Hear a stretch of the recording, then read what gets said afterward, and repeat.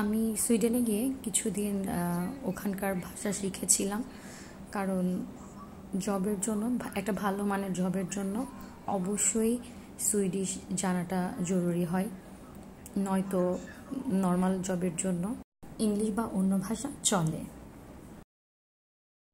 আমি এই সময় যে ধরনের জবের জন্য মেন্টালি একটু প্রিপারেশন নিচ্ছিলাম সেটা হচ্ছে একটা স্কুল রিলেটেড যে ধরনের জবগুলো এখানে থাকে সেই ধরনের কিছু করারই চিন্তা ভাবনা করছিলাম। এই জন্য আমার ফোকাসটা ছিল ঠিক সেই দিকে, আর আমি সেভাবেই লেখাপড়া করছিলাম ওই সময়ে। এই আসসালামু আলাইকুম। এই কেমন আছেন সবাই? ঈদ মুবারক। ঈদ মোবারক। আজকে আমাদের কাছে এই দিনটা অনেক স্পেশাল, অনেক অনেক অনেক অনেক অনেক স্পেশাল। আমরা অনেক খুশি। হ্যাঁ, আজকের দিনটা আসলে আমরা দুজনেই ভীষণ খুশি। কেন, কি কারণে সেটা আসলে এখনই বলবো না, পরে আমরা সবাইকে জানাবো। কিন্তু আশা করি ভুলভাল জিনিস নিজেরা নিজেদের মধ্যে বাচ্চা কাচ্চা হচ্ছে না এমন কিছু ভাবার দরকার নেই, ঠিক আছে? আমরা ওইদিকে এখনো প্ল্যান করি নাই। তো যেটাই হোক না কেন, তো আজকে আমরা দুজনে এই দিনটা সেলিব্রেট করব। তো ভাবছি যে আপনাদের সাথে শেয়ার করা যাক, আর এটা আমাদের কাছে থাকুক স্মৃতি হিসেবে, সেটা আমরা দুজনেই চাই। ঠিক আছে, ওকে, বাই বাই।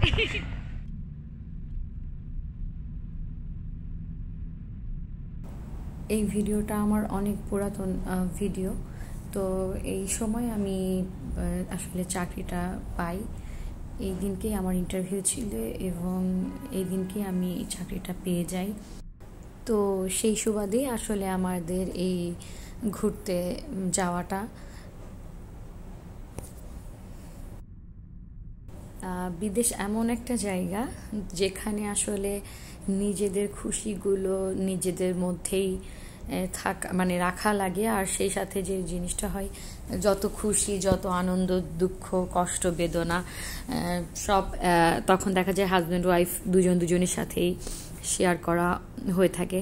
তো এই জায়গাটা আমরা এর আগেও একবার গিয়েছিলাম, তো জায়গাটা আমাদের খুব পছন্দ হয়েছিল, সেই জন্যই আবার সেখানে যাওয়া। আমার যতটা মনে পড়ে এই দিনটা বেশ ওয়েদারটা অত ভালোও ছিল না, খুব ভালো ছিল না, একটু কেমন জানি মেঘলা মেঘলা একটা ব্যাপার ছিল। তো তার মধ্যেই আমরা বেরিয়ে পড়েছিলাম। আর এমনিতেও কেন জানি ওই সময় আমার ভালো লাগছিল না, কোনো কারণে আমি বেশ কিছুদিন ধরে খুব ডিস্টার্ব ছিলাম। তো সেই জন্যই আরও আতিক জোর করে আমাকে বাইরে নিয়ে গিয়েছিল ওই সময়। তো এই জায়গাটা এত সুন্দর যে দুই ধার বা সামনের দিক দেখলে মনটা এমনিতেই ভালো হয়ে যাওয়ার মতো এরকম একটা অবস্থা। আর একটু ঘোরাফেরা করলে যেটা হয়, ভালো লাগে। আর এই সব জায়গায় আত্মীয় স্বজন যেহেতু থাকে না, নিজেরা নিজেদের মতোই থাকা হয় সব সময়। তো এই জন্য ঘুরে ফিরে দেখা যায় যে একটু লং ড্রাইভে যাওয়া হয়, একটু বাইরে গিয়ে একটু কফি, পিৎজা এরকম সিম্পল খাওয়া দাওয়া করলেও ভালো লাগে, বাইরে বেরো হওয়াটাও হয়, সেই সাথে আবার সময়টাও ভালোভাবে কেটে যায়, এই আর কি।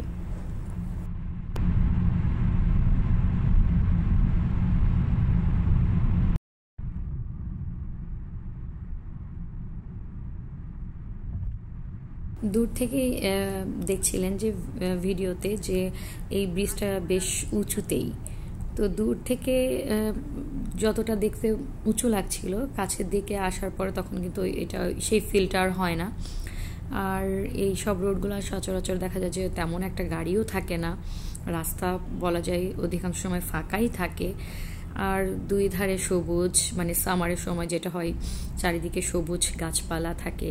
এই সময় আসলে মানে যতটুকু আমার মনে আছে যে ঠান্ডা শেষ শেষ ভাব, মানে সামার আসছে এই সময় দিকটা।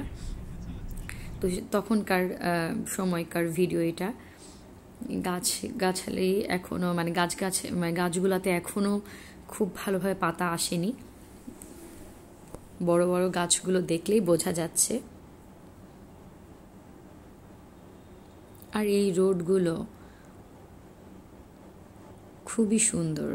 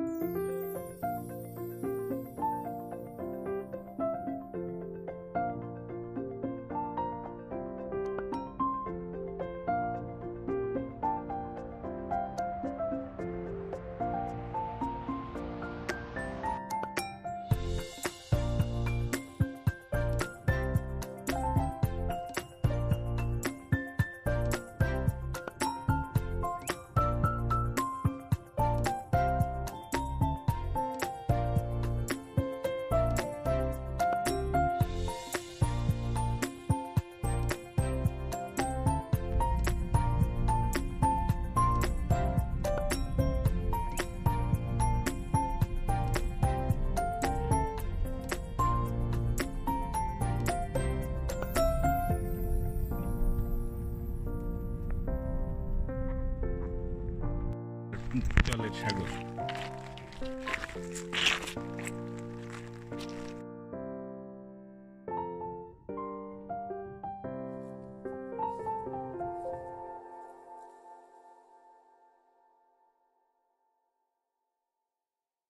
আসলে এটা অ্যাকচুয়ালি একটা এটাকে কি বলা যায়, পাথরের সি বিচ বলা যায়, কারণ এখানে আসলে প্রচুর পাথর। এই যে তুমি দেখাও, এগুলো সব আসলে পাথর এবং ক্রিস্টাল সি বিচ। এখানে আসলে অনেক দূর পর্যন্ত পানির আসলে এত পরিষ্কার যে পানির নিচে কি আছে সব দেখা যায়। ওই যে একটা তিমি, ওই যে দেখো একটা তিমি, ওই যে একটা হাঙ্গর, ওই যে একটা হাঙ্গর, অক্টোপাস অক্টোপাস অক্টোপাস।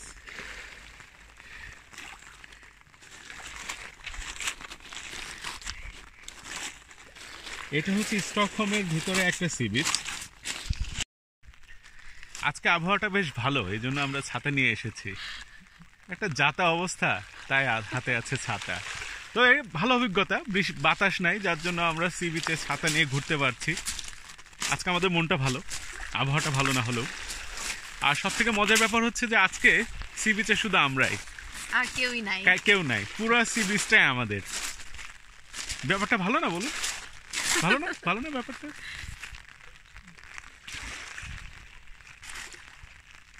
ছবি তুলি।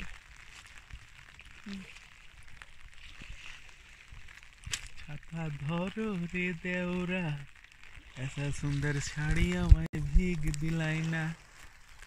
ছাতা ধরো রে দেওরা, ऐसा सुंदर শাড়ি আমায় ভিগ। তোমরা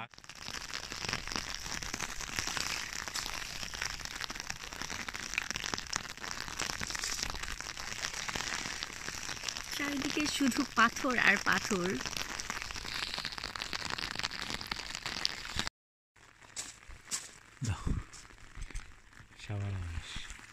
ভাল লাগছে, আমার কিন্তু ভাল লাগছে।